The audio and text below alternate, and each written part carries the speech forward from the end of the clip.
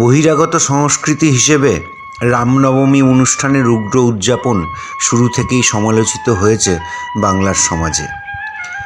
অস্ত্র নিয়ে উন্মাদনা, উচ্চস্বরে মাইক বাজিয়ে উচ্ছ্বাস প্রকাশ করার যে রীতি বিজেপির হাত ধরে চালু হয়েছে বাংলায়, তাকে বাঙালি তেমন গ্রহণ করেনি।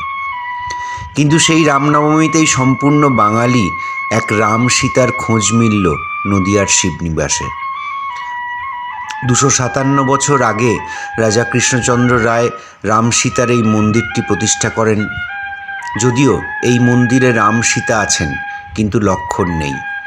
এই মন্দিরের যে রামকে দেখা যায়, তার পোশাক নিতান্তই বাঙালির।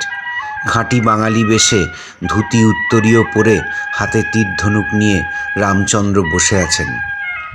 কালো কোষ্ঠী পাথরে তৈরি রাম যেন সাক্ষাৎ শ্রী বিষ্ণু। পাশেই রয়েছে অষ্টধাতুর সীতা মূর্তি। রামনবমী তিথিতে তাই এই মন্দিরে শুধুই বাঙালি ভক্তের ভিড়।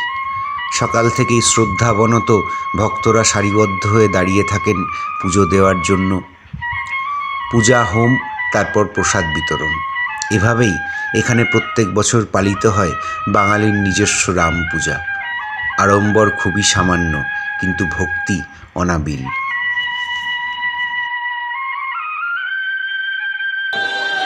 পৃথিবীতে উনি মানুষ রূপে এসেছিলেন, নারায়ণ।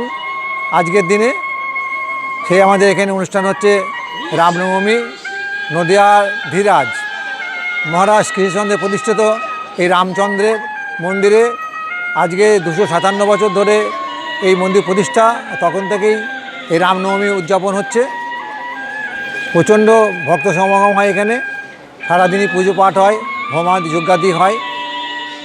প্রভুর কাছে সবাই পুষ্পাঞ্জলি দেন এবং সকলের শেষে প্রভুর প্রসাদ গ্রহণ করে তারা নিজের বাড়ি যায়। এর মধ্যে মহারাজ নদিয়া রাজা করেছেন, কেন তিনি জানেন আর রামজি জানেন।